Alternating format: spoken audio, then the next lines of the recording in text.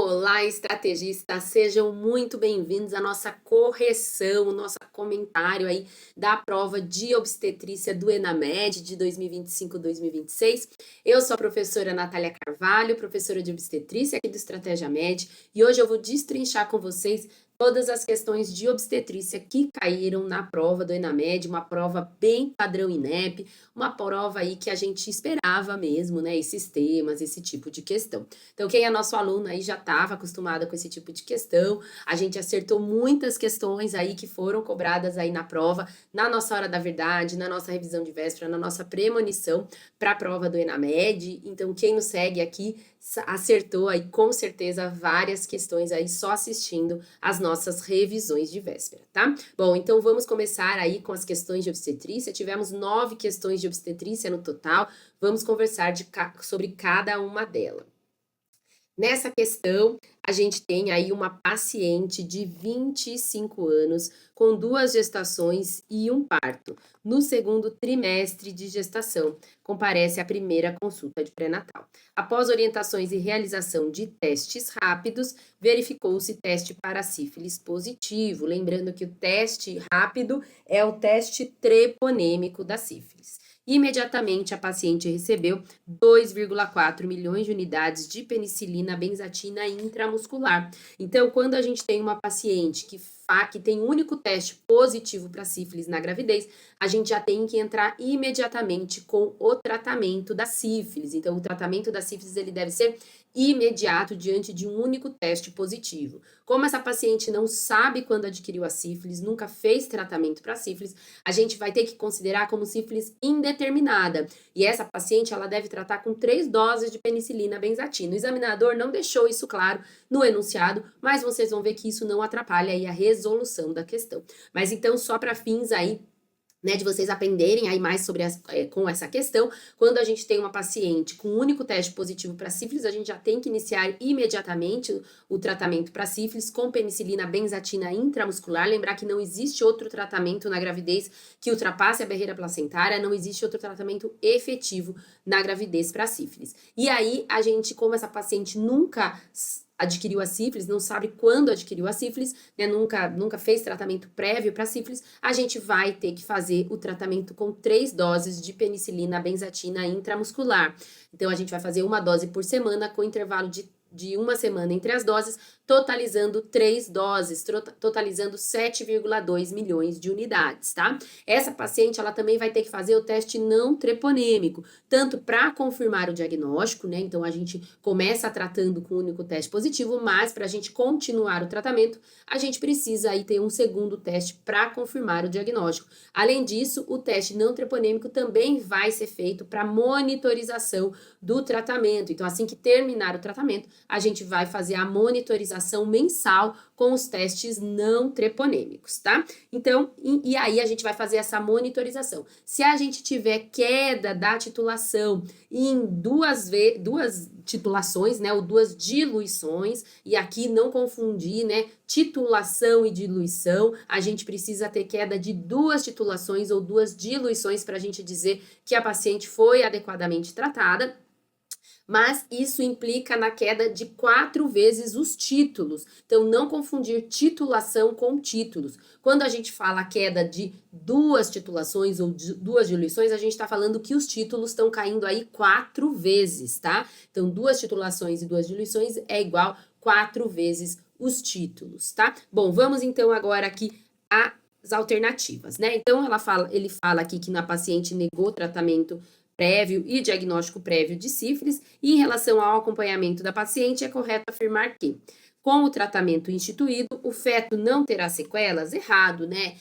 Essa paciente começou o tratamento no segundo trimestre, então esse feto já pode ter sido contaminado e esse feto já pode ter sequelas, tá? Além disso, esse tratamento ainda não está completo, a gente vai ter que confirmar o diagnóstico para ver se essa paciente vai precisar fazer aí as outras doses do tratamento, porque confirmado o diagnóstico, ela vai precisar fazer as 3 doses, porque é uma sífilis tardia de duração indeterminada, tá?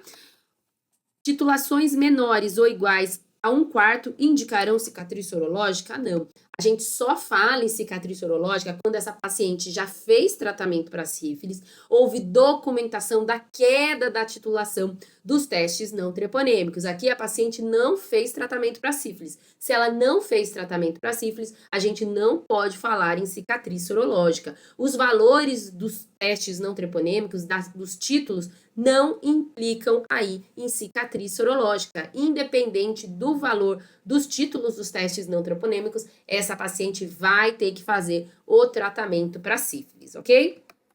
A queda de 2 titulações do VDRL indicará efetividade do tratamento? Sim. Então, se a gente tem queda de 2 titulações ou 2 diluições, e aqui, logicamente, faltou o examinador falar em qual período que deve ocorrer essa queda, né? Então, a gente precisa, para a gente dizer que a resposta imunológica foi adequada, a gente precisa ter queda de 2 diluições em 3 meses ou 4 diluições em 6 meses. Ou ainda a queda de 2 diluições em 6 meses para sífilis recente ou 12 meses para sífilis tardia. Como a gente está diante aí de uma paciente com sífilis tardia, essa queda pode ocorrer em até 12 meses. Como 12 meses a paciente já não está grávida, essa alternativa está correta, porque se durante a gravidez a gente observar a queda de 2 titulações, a gente já está diante de uma paciente que foi adequadamente tratada, tá? Se a gente está falando aí de uma sífilis tardia ou uma sífilis de duração ignorada, tá? Então, se a gente tem queda de 2 titulações ou de 2 diluições, queda de 4 vezes os títulos, a gente está diante de uma paciente que foi adequadamente tratada, ok? Então, essa alternativa aqui é a alternativa correta. O exame de FTABS reagente indicará doença ativa? Não. O exame de FTABS ele vai ficar reagente durante toda a vida dessa paciente, mesmo que ela tenha sido adequadamente tratada. Então, por isso que a gente não usa o FTABS, os testes treponêmicos, para avaliar aí a monitorização pós-tratamento, porque eles vão continuar reagentes, eles vão continuar positivos aí até o fim, durante toda a vida dessa paciente, tá? Então, alternativa correta dessa questão, alternativa C. Uma questão aí que a gente não teve um enunciado totalmente claro, mas que a gente consegue responder a questão aí baseada nessas alternativas. Aí é muito fácil a gente excluir as alternativas que estão erradas e chegar facilmente aí na alternativa correta. Beleza, pessoal? Muito obrigada e vamos aí para a próxima questão. Nessa questão, a gente tem uma multípara de 37 semanas, obesa, apresentando diabetes mellitus gestacional. E aqui a gente mata a questão. Controlada com insulina NPH irregular. Evoluiu para parto normal e o recém-nascido pesou 3,3 kg. O examinador quer saber qual que é a conduta no puerpério imediato. Então, se a gente tem uma paciente com diabetes gestacional, usando insulina, no puerpério imediato a gente vai suspender o uso da insulina. Por quê? Porque o diabetes gestacional, ele está relacionado à resistência insulínica da gravidez, relacionada aí com a placenta, com essa resistência insulínica fisiológica que ocorre na gestação. Quando a gente tira a placenta, acaba essa resistência insulínica fisiológica. E a gente tem que suspender a insulina, senão essa paciente vai fazer hipoglicemia. Então, diante de uma paciente com diabetes gestacional, a gente vai suspender a insulina após o parto. Agora, se for diabetes prévia à gestação, a gente vai reajustar a dose de insulina ou reintroduzir metformina se ela fazia uso de metformina. Então, se for uma paciente com diabetes tipo 1, a gente vai voltar 50% da dose que ela estava usando no primeiro trimestre ou antes do parto, ou 70% da dose que ela estava usando no terceiro trimestre, tá? Então, a gente vai reduzir 50% da dose do primeiro trimestre ou 70% da dose do terceiro trimestre. E ficar atento aí para o maior risco de hipoglicemia materna aí durante a amamentação. Então, vamos aqui às alternativas. Então, qual que vai ser a conduta para essa paciente? Suspender insulinoterapia. Não vamos entrar com hipoglicemia antioral e não vamos manter a insulina, porque trata-se de uma paciente com diabetes gestacional. E no diabetes gestacional, a gente vai suspender o uso da insulina no puerpério. Belezinha, pessoal? Vamos, então, para a próxima questão. Nessa questão, a gente tem uma paciente que indigesta 3 partos e um aborto, 35 anos, idade gestacional de 15 semanas pela ecografia, realizada com 8 semanas de gestação. Hipertensão crônica em uso de enalapril e antecedente de pré-eclâmpsia. Comparece ao pré-natal da Unidade Básica de Saúde com pressão arterial de 140/90. E o examinador quer saber qual que é a conduta medicamentosa indicada para essa paciente. Então, a gente tem uma paciente de 15 semanas com hipertensão arterial crônica em uso de enalapril e com antecedente de pré-eclâmpsia. Então, a gente tem uma paciente com alto risco para desenvolver pré-eclâmpsia na gravidez atual. Então, essa paciente, ela precisa iniciar o uso da aspirina em baixa dose e do carbonato de cálcio que a gente faz para todas as gestantes. Então, aspirina em baixa dose e carbonato de cálcio a gente deve fazer para prevenção de pré-eclâmpsia nas pacientes com hipertensão arterial crônica. Além disso, essa paciente está usando enalapril e a gente vai ter que suspender o enalapril, porque o enalapril está contraindicado durante a gestação. O enalapril, ele é fetotóxico, então a gente tem que tirar o enalapril, porque senão no segundo trimestre vai causar fetotoxicidade renal e a gente não pode usar, então, o enalapril. Também não podemos usar o captopril por conta da fetotoxicidade também e nem a losartana também por conta da fetotoxicidade, tá? Os diuréticos, o uso é controverso, então a gente não vai introduzir um diurético aí para essa paciente. Então, quando a gente tem uma paciente com hipertensão arterial crônica, a gente deve suspender os antihipertensivos aí que não podem ser utilizados na gravidez e a gente vai introduzir a metildopa, que é o antihipertensivo de escolha, tá? Então, vamos aqui às alternativas. Então, a gente não vai fazer captopril, porque está proibido na gravidez. Não vamos fazer furosemida, porque o uso dos diuréticos é controverso. Losartana também está proibido, então sobra pra gente a metildopa. Além disso, a gente vai usar o ácido acetil salicílico e o carbonato de cálcio, porque para prevenção de pré-eclâmpsia. Então, aqui uma tabelinha para vocês com os antihipertensivos orais que podem ser utilizados na gravidez e os que são proibidos, tá? Então, a gente dá a preferência para metildopa, mas a gente pode usar os bloqueadores adrenérgicos, como metoprolol e pindolol, e podemos usar também os bloqueadores do cálcio, como a nifedipina e a amlodipina. Os antihipertensivos proibidos são os fetotóxicos renais no segundo trimestre, então captopril, enalapril, losartana e os inibidores direto da renina também.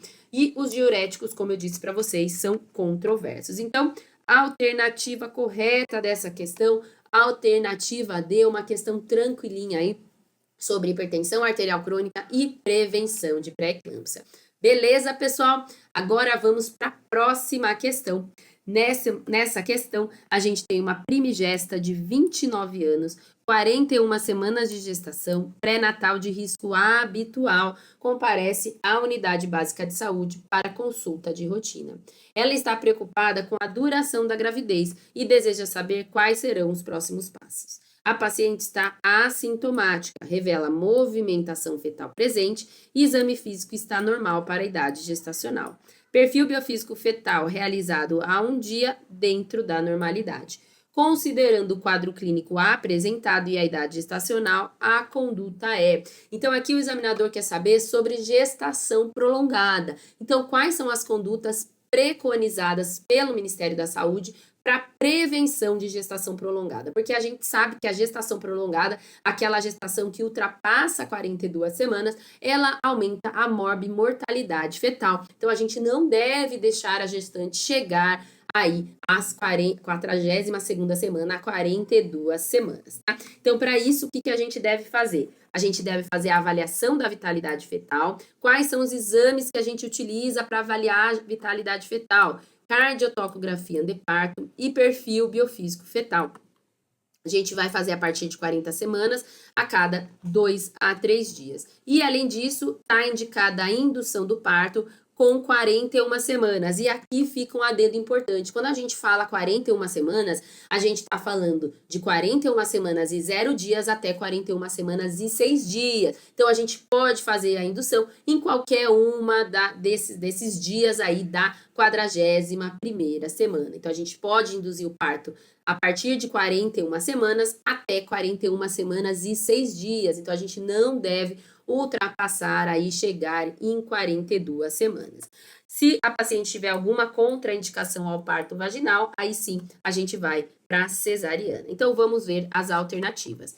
Orientar repouso domiciliar com planejamento de indução após 42 semanas? Não, a gente não precisa orientar repouso e a indução é antes de 42 semanas. Solicitar Doppler velocimetria obstétrica? Não. A Doppler velocimetria serve para a gente acompanhar os fetos com restrição de crescimento, aqueles fetos que a gente sabe que tem mais chance de evoluir para insuficiência placentária. Nas gestações prolongadas, a gente vai usar, né, para evitar aí, para acompanhar a vitalidade fetal nas gestações que estão chegando próximo aí do pós-termo, a gente deve utilizar a cardiotografia e o perfil biofísico fetal. Realizar a amnioscopia também não, a amnioscopia não deve ser realizada de rotina e ela não deve nortear a conduta para as gestantes aí acima de 40 semanas, não deve nortear a conduta em nenhuma idade gestacional.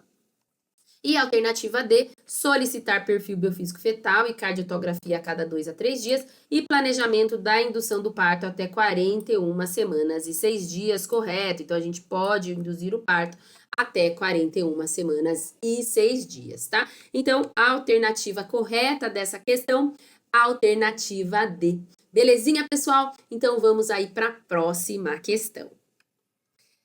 Nessa questão, a gente tem uma primigesta de 29 anos, sem comorbidades, esteve em trabalho de parto por 8 horas e evoluiu para o parto vaginal.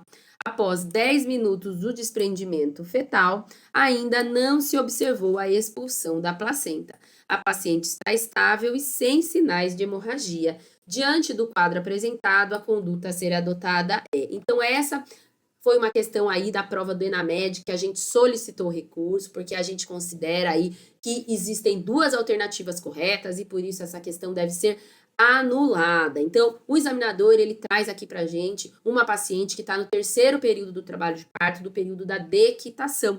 Então, já houve a expulsão do concepto e a gente está aguardando aí a dequitação da placenta. Já se passou aí 10 minutos e ainda não houve a dequitação da placenta, o que é normal. A gente pode aguardar até 30 minutos a dequitação fisiológica da placenta. A gente só vai considerar retenção placentária após 30 minutos do nascimento do concepto, sem haver a dequitação espontânea da placenta, tá? Então, aqui a gente está diante de uma paciente que está no terceiro período do trabalho de parto, que está evoluindo até então de maneira fisiológica. Então, 10 minutos de dequitação aí, aguardando a dequitação da placenta, não é um problema. E aí, o que a gente deve fazer aí de manejo ativo do terceiro período? O que a gente deve fazer de rotina, né, no terceiro período do parto? A gente deve fazer uso da ocitocina intramuscular na dose de 10 unidades para todas as gestantes e a gente deve fazer a tração controlada do cordão umbilical para todas as gestantes. Pessoal, isso é medida de rotina. A gente deve fazer para todas as gestantes. Não é porque ela está 10 minutos aí sem dequtar a placenta que a gente vai fazer essas medidas de rotina. Essas medidas de rotina a gente faz para todas as gestantes, tá? Falando isso, a gente vai agora para as alternativas. Então, alternativa A, aguardar a expulsão espontânea da placenta, correto. Sem intervenções adicionais, corretos, porque ocitocina e tração controlada de cordão não é intervenção adicional, é intervenção de rotina. No manejo ativo do terceiro período, a gente deve fazer intervenções de rotina, e a ocitocina e a tração controlada de cordão são intervenções de rotina. Então, aqui a gente não vai precisar fazer nenhuma intervenção adicional, a paciente não está com nenhuma complicação que precise de intervenção adicional. E observar os sinais de separação da placenta. Então, a alternativa A está correta. B, realizar tração controlada do cordão umbilical, correto. Isso é uma intervenção de rotina que a gente já devia estar realizando enquanto se estabiliza o útero com a mão suprapúbica, correto. Iniciar curagem uterina, não, a gente não tem retenção placentária e administrar uterotônicos adicionais também não. Até agora, como a paciente não está com nenhum sinal de hemorragia, a gente somente vai fazer o uterotônico de rotina, que é a ocitocina 10 unidades, tá? E então, não precisamos também fazer massagem uterina. Então, a gente não tem retenção placentária, a retenção é somente após 30 minutos. A gente vai fazer assistência aí ao terceiro período do parto de rotina, que é o uso da ocitocina profilática e da tração controlada de cordão. Então, por isso, a gente tem duas alternativas corretas, porque na alternativa A, o examinador coloca aqui sem intervenções adicionais e a gente não tem que fazer nenhuma intervenção adicional mesmo. Então, a alternativa A está correta também. Então, a alternativa A e a alternativa B está correta, porque a alternativa B é uma intervenção de rotina, tá? Então, por isso, essa questão deve ser anulada, porque tem duas alternativas corretas. Belezinha, pessoal? Vamos, então, para a próxima questão. Nessa questão, a gente tem uma paciente tercigesta com parto e um aborto, idade gestacional de 24 semanas, comparece à consulta. Refere que na primeira gestação teve um aborto com 16 semanas e na segunda teve um trabalho de parto vaginal muito rápido, na idade gestacional de 28 semanas. Então, aqui, pessoal, a gente tem uma paciente que teve um aborto tardio com 16 semanas e teve um parto prematuro extremo com 28 semanas, um parto muito rápido. Então, a gente está diante de um histórico obstétrico sugestivo de insuficiência e estímulo cervical. Só por isso, a paciente já teria indicação de cerclagem eletiva, que deve ser feita até 16 semanas. Mas essa paciente já está com 24 semanas, não foi feita a cerclagem eletiva. Foi feita uma ultrassonografia transvaginal com 23 semanas e na ultrassonografia foi observado um colo de 1,5 centímetros, então um colo de 15 milímetros. A gente considera colo curto quando a gente tem um colo menor do que 25 milímetros. Então, a gente está diante de uma paciente com histórico aí sugestivo de insuficiência estímulo cervical, que já deveria ter feito cerclagem e não foi feita cerclagem, e que foi feita a ultrassonografia transvaginal com 23 semanas e foi diagnosticado aí um colo curto. Então, essa paciente, pessoal, é de altíssimo risco para evoluir aí para um parto prematuro. Qual que é a medicação que a gente deve fazer para essa paciente? A progesterona vaginal, na dose aí de 200 miligramas até a 36ª semana de gestação, tá, pessoal? Aqui cabe a cerclagem terapêutica? Cabe. Então, essa paciente a gente também poderia indicar a cerclagem terapêutica, que a gente faz até 24, máximo 26 semanas de gestação. Mas vamos aí às alternativas. O examinador quer saber qual que é a conduta adequada à situação. Solicitar pesquisa de Streptococcus do grupo B na 28ª semana? Não, nada a ver, né? A gente vai fazer a pesquisa para Streptococcus se essa paciente entrar em trabalho de parto prematuro, ou ter uma ruptura prematura de membranas, ou só aí quando a gente tiver um risco alto aí para a paciente evoluir para um trabalho de parto prematuro. Se não, a gente faz aí na rotina entre 35 e 37 semanas. Internar a paciente para receber atosiban? Não, o atosiban é um tocolítico. A gente só vai fazer se essa paciente entrar em trabalho de parto. Essa paciente não está em trabalho de parto, ela só tem um colo curto, tá? Prescrever de nifedipina não também. A nifedipina é um outro tocolítico que a gente vai usar só se ela entrar em trabalho de parto. E a alternativa D, prescrever progesterona micronizada 200, via vaginal, 200 miligramas ao dia até 36 semanas. Então, paciente com colo curto tem indicação de progesterona, paciente com histórico de prematuridade também tem indicação de progesterona. E quando a gente tem histórico de prematuridade e colo curto, além da gente manter a progesterona, a gente pode considerar a possibilidade aí de cerclagem uterina terapêutica. Então, a alternativa correta dessa questão, alternativa D. Beleza, pessoal? Vamos para a próxima questão. Nessa questão, a gente tem uma gestante de 28 anos, idade gestacional desconhecida, situação de vulnerabilidade social. Chega trazida pelo Serviço Móvel de Atendimento de Urgência, SAMU, com sangramento vaginal intenso, hipertonia uterina. Aqui a gente mata a questão, né, pessoal? Hipertonia uterina é igual descolamento prematuro de placenta, tá? Então, a gente teve aqui um descolamento prematuro de placenta. Escrever bem grandão aqui para vocês. Pressão arterial 130/90, altura uterina de 32, então uma paciente aí que está após a segunda metade de gestação. Batimentos cardíacos fetais de 90, então uma bradicardia fetal. Toque vaginal grosso posterior impérvio. Acompanhante refere que a paciente fez uso de cocaína antes do ocorrido. A cocaína é um fator de alto risco para descolamento prematuro de placenta. O diagnóstico, a conduta e as complicações possíveis são respectivamente. Então, o diagnóstico descolamento prematuro de placenta. Só com isso a gente já mata a questão, como eu falei para vocês, porque não é nenhuma dos outros diagnósticos. Conduta cesárea, então a gente está diante de um feto aí que está com uma bradicardia, e complicação útero de Couvelet, quando a gente tem aí o sangue entrando dentro do miométrio e fazendo com que esse útero fique arroxeado e difícil de contrair. Rotura de vasa prévia, pessoal, é quando a gente tem aí uma paciente que fez a amniotomia, né, que teve a ruptura das membranas e começou a ter um sangramento ativo. Então, teve a rotura da vasa prévia. Então, a conduta não é amniotomia. Diante de uma ruptura de vasa prévia, a conduta é cesariana. E a complicação é anemia fetal, sim, porque na ruptura de vasa prévia, a gente tem um sangramento fetal, né? Então, o sangramento ele ocorre do feto. Então, a gente pode ter uma anemia fetal grave. C, trabalho de parto prematuro, não, né? Essa paciente aqui não tem contrações, o examinador não fala nada de contrações. E D, pré-eclâmpsia, não, né? Então, a gente tem aí, a gente pode até ter uma pré-eclâmpsia associada, mas o quadro urgente é um quadro de descolamento prematuro de placenta. Então, aqui um mapa mental do descolamento prematuro de placenta, lembrar que o descolamento prematuro de placenta, o diagnóstico é eminentemente clínico, e a hipertonia uterina é quase que patognomônica aí do descolamento prematuro de placenta. Lembrar, então, dos fatores de risco que ajudam aí, como no caso dessa paciente, né, o uso de drogas. A conduta, se a gestante é instável, é cesárea, se a gestante é estável com o feto vivo, é cesárea também, e se o feto for inviável ou morto, aí sim a gente pode aguardar o parto vaginal por até 6 horas. Então, a alternativa correta dessa questão, alternativa A. Beleza, pessoal? Vamos para a próxima questão.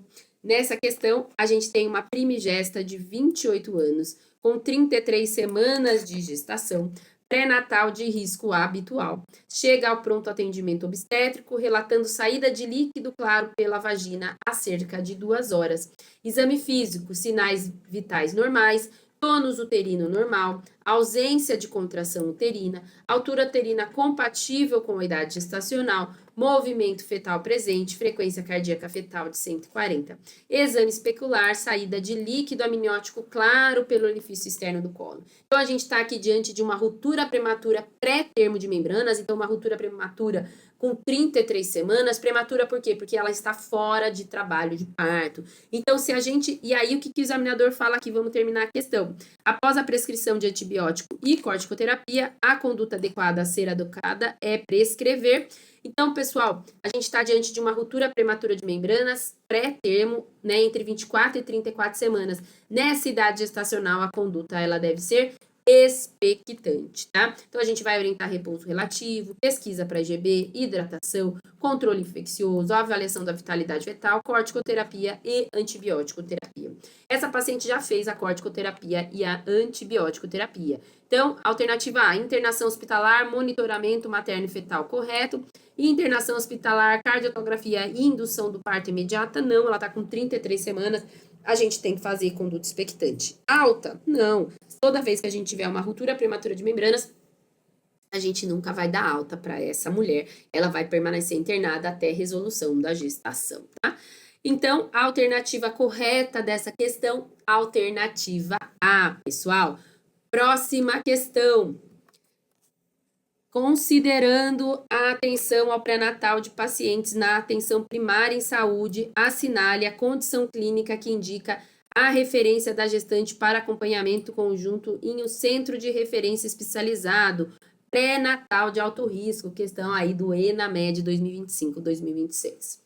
E aqui, pessoal, muito aluno confundia essa questão, porque pelo Ministério Manual, né, de Alto Risco do Ministério da Saúde, a gente pode classificar as gestantes em risco habitual, risco intermediário ou alto risco, tá?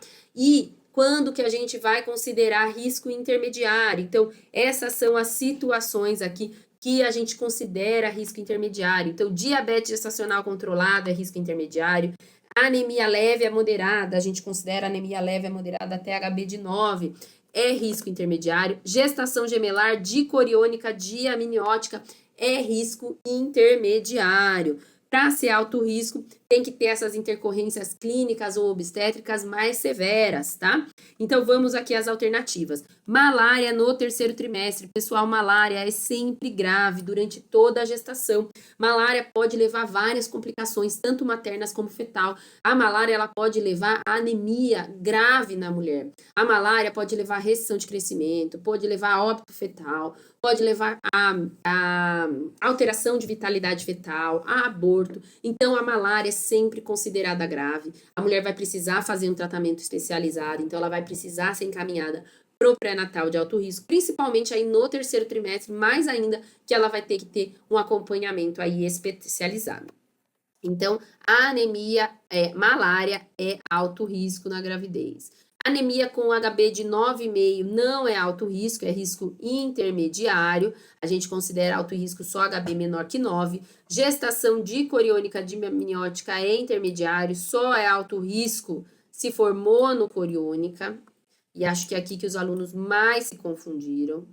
Tem que ser monocoriônica para ser alto risco. E diabetes mellitus gestacional controlada com dieta também é risco intermediário. Então, a única situação que sobra aí para considerar uma gestante de alto risco é malária. Malária no terceiro trimestre é alto risco, tá? Então, a alternativa correta dessa questão, alternativa A. Beleza, pessoal? E assim a gente finaliza a nossa correção das questões de obstetrícia para a prova do ENAMED. Aqui eu deixo meu Instagram, meu TikTok, meu canal do YouTube, para vocês me seguirem lá também, que a gente tem muito conteúdo aí de qualidade para vocês.